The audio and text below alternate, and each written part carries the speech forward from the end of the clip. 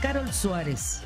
Carol Suárez, sí, Carol Suárez. Seguramente ustedes ya escucharon este nombre a través de bastantes coberturas en CNN y actualmente colaboradora de fernandafamiliar.soy. Eres venezolana, Carol Suárez.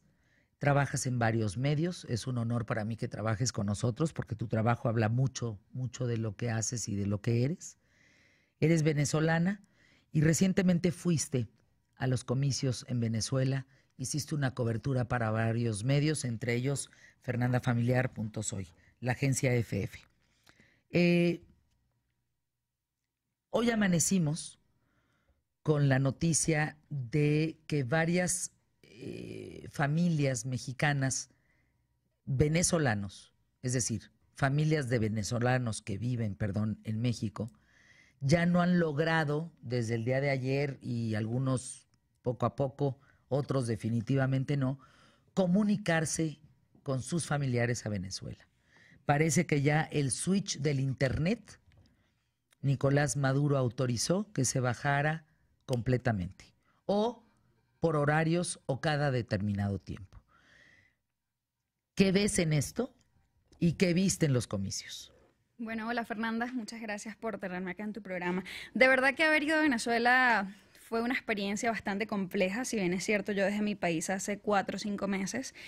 No todo el mundo que se va del país vuelve tan pronto. Afortunadamente mi trabajo me lo permitió para cubrir los comicios. Y bueno, el panorama es un caos completamente, es una película de terror de inicio a fin con respecto a la pregunta del internet. Desde muchos años atrás está ese rumor de nos van a quitar el internet. De por sí el internet es súper pobre, súper lento. Poder enviarte una foto por WhatsApp es difícil que te llegue rápido.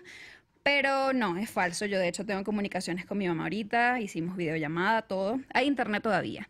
Bastante corto sí, lento sí, pero todavía nos podemos comunicar. Es muy difícil hacer llamadas de Venezuela al exterior, porque eso ya lo quitó, ya no hay compañías telefónicas que te presten ese servicio. Ahorita nos comunicamos es por las redes sociales. ¿Qué vi en Venezuela? Un caos, la delincuencia. La delincuencia es el principal factor. Tú no puedes andar en la calle así como uno anda aquí con su teléfono celular. En tu carro, en tu vehículo, no puedes cargar un teléfono porque yo estaba cubriendo las elecciones con una cámara y andaba con motorizados, en motocicletas. Y cuando nos deteníamos en los semáforos, obviamente hay carros a los lados y tú veías cómo las personas se guardaban el teléfono entre las piernas, porque la mayoría de los robos que se realizan allá en Venezuela son así, a mano armada, en motocicletas. En la ventana de tu vehículo no la puedes tener abajo porque te pueden robar. De verdad que es un caos, es bastante triste. Las elecciones, como los que pudieron visitar el portal fernandafamiliar.soy, la abstención fue el principal protagonista, sin duda alguna. Yo estuve en Caracas desde las 6 de la mañana hasta las 7 de la noche, con mucho miedo, pero ese es el trabajo que hay que hacer. Pero no había nadie votando en los centros electorales oficialistas, era muy rara vez. O sea, uno siempre ve personas, 10, 20, una fila. No, nada, no había nadie votando. Sin embargo, la apatía que tenían los venezolanos era impactante, porque a pesar de estar viviendo una de las peores crisis en toda su historia, tú te preguntarás, ¿pero por qué no sales a votar? ¿Por qué no vas y sacas al presidente de la forma democrática, con votos? Pero es que nadie confía en el ente electoral, y el CNE allá es como el INE acá, Consejo Nacional Electoral. Nadie confía en ellos. El grueso de la oposición los mandó a abstenerse. Lo lograron, se abstuvieron, pero igual sigue Maduro al mando. Carol, ¿qué le ha quitado Maduro al pueblo de Venezuela, al país? ¿Qué le ha quitado? Físicamente, ¿qué le ha quitado? Físicamente, que nos ha quitado los productos básicos, que tú no puedas ir a un mercado a comprar una harina, a comprar un aceite, porque tú vas a un anaquel en un supermercado y lo que consigues es un detergente.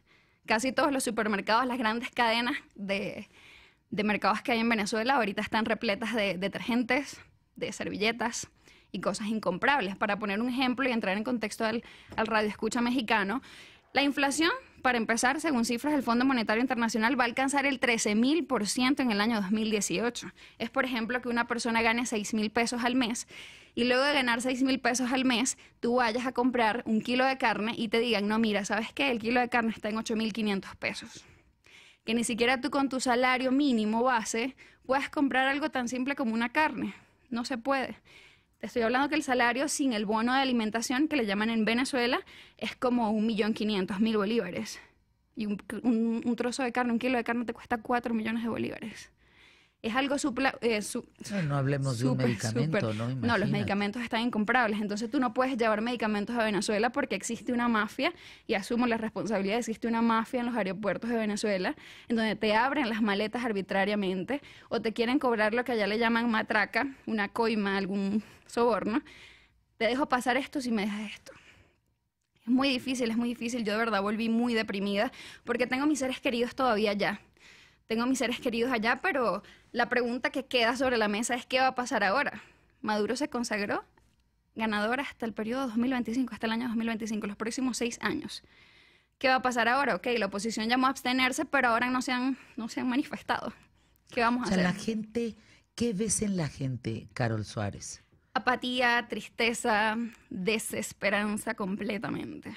Las personas no les importaron las elecciones. Ellos están concentrados en vivir el día a día para poder comer. Están concentrados en no buscar... hay que comer, o sea, no es hay que genocidio, comer. Es un genocidio Sí, a la vista del mundo. Totalmente. Lo que más me impacta, para nadie es un secreto el éxodo de venezolanos. Seguramente los que me escuchan más de una vez se han encontrado con un venezolano en la calle. Es porque las oportunidades que no conseguimos en el país, obviamente las buscamos fuera.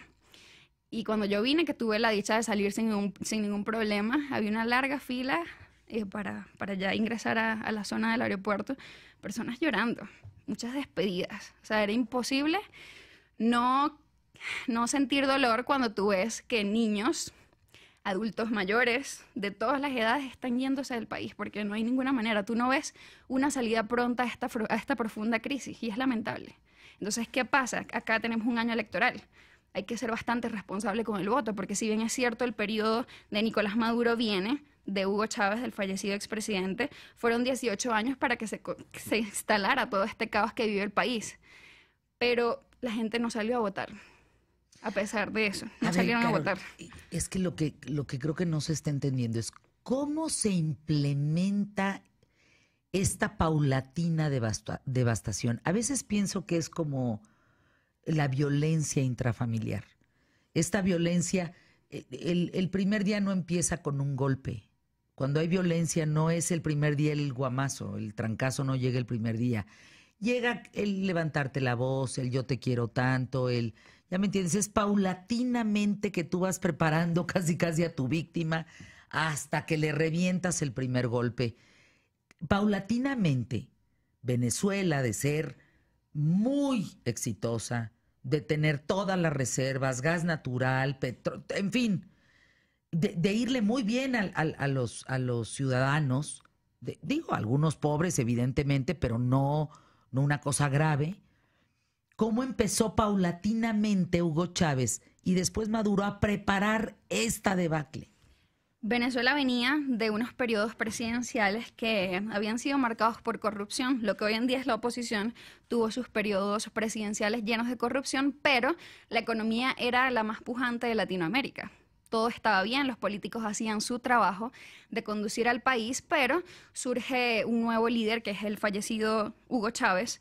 Y bueno, las personas con ganas de cambiar, con ganas de ver algo nuevo, le dan la oportunidad. Muchos de mis familiares hoy opositores le dieron la oportunidad. Y se consagra ganador.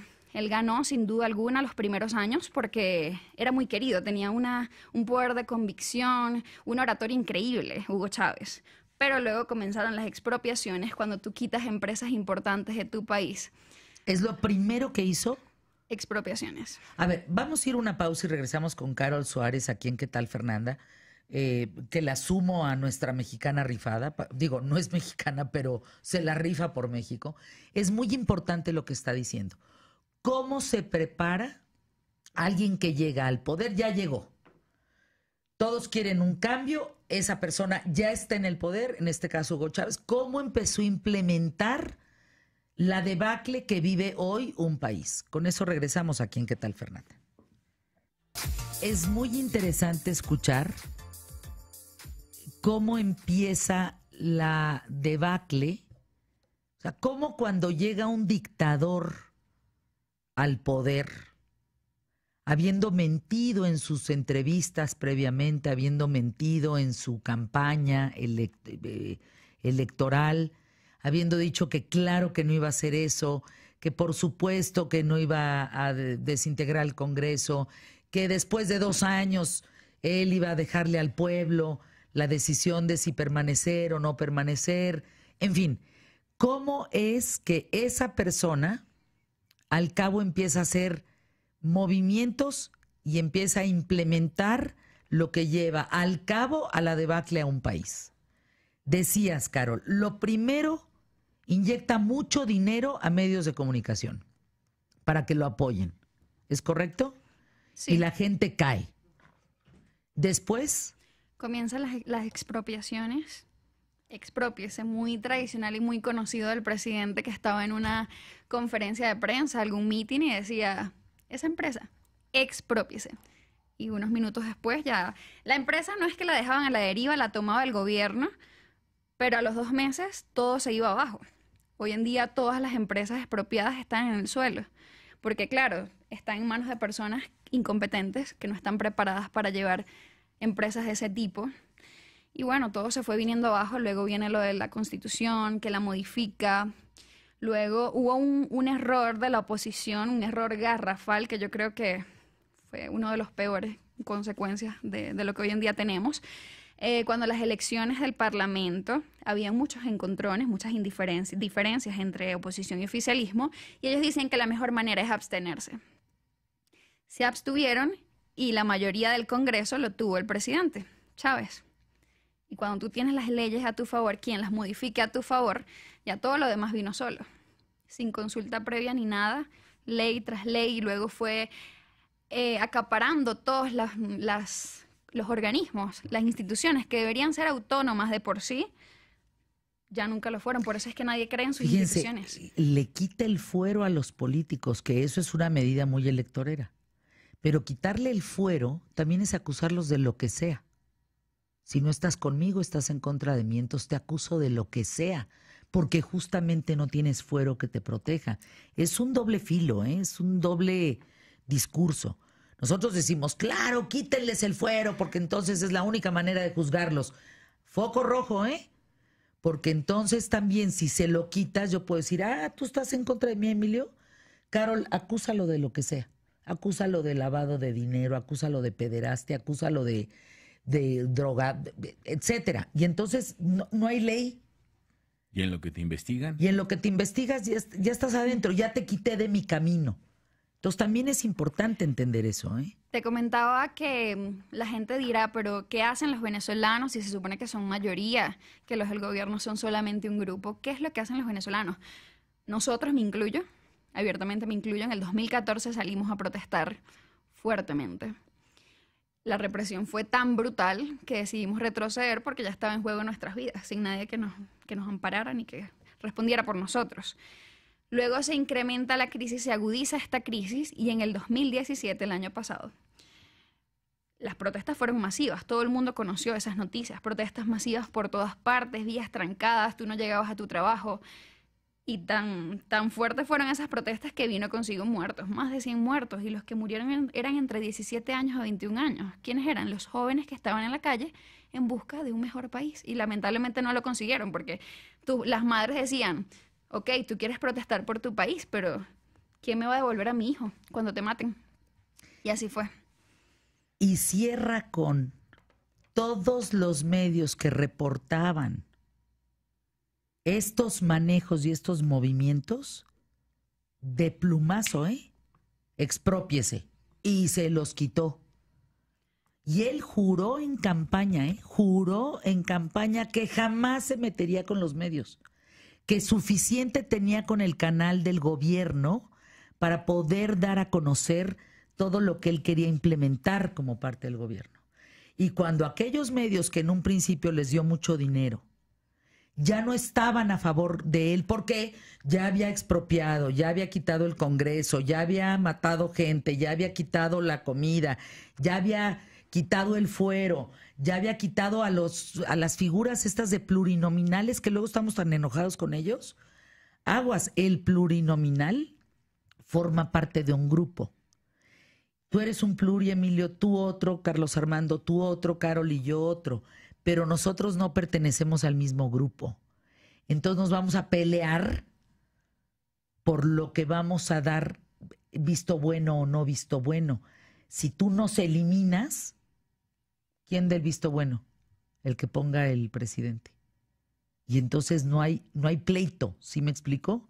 No hay pleito por un solo objetivo. Claro. El objetivo pasa sin los pluris. Casi por decreto. Por decreto. Entonces empieza, y ahí es donde acaba y cierra los medios.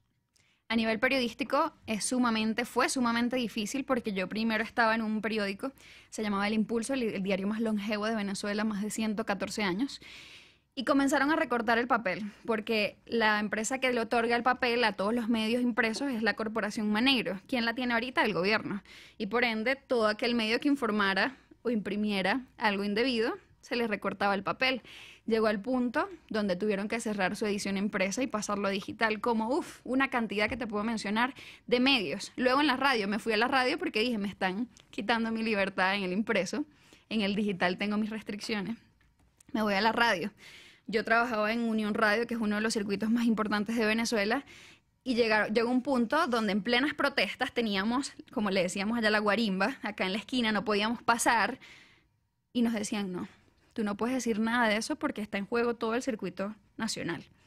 O sea, me estás diciendo que si se están matando aquí a mi lado, en la calle de al lado, yo no puedo decir nada. No, habla de entretenimiento. Habla de farándula, habla de la película que se estrenó, pero no puedes hablar de lo que está pasando. Te cierran las puertas por todas partes. Entonces a mí me preguntan en México, ¿es cierto lo que vive Venezuela? Yo, no es ni la cuarta parte de lo que tú ves en las noticias porque no llega la información que es. Nos tenemos que despedir, Carol Suárez. Danos tus datos. Queremos que la gente te escriba, esté en comunicación contigo. Carol, ¿dónde podemos localizarte? En Twitter, @CarolSuárez_, Instagram, @CarolSuárez, y o la cuenta donde estoy ahorita trabajando, carol@básico.fm, y por supuesto publico mis notas en tu portal, fernandafamiliar.soy.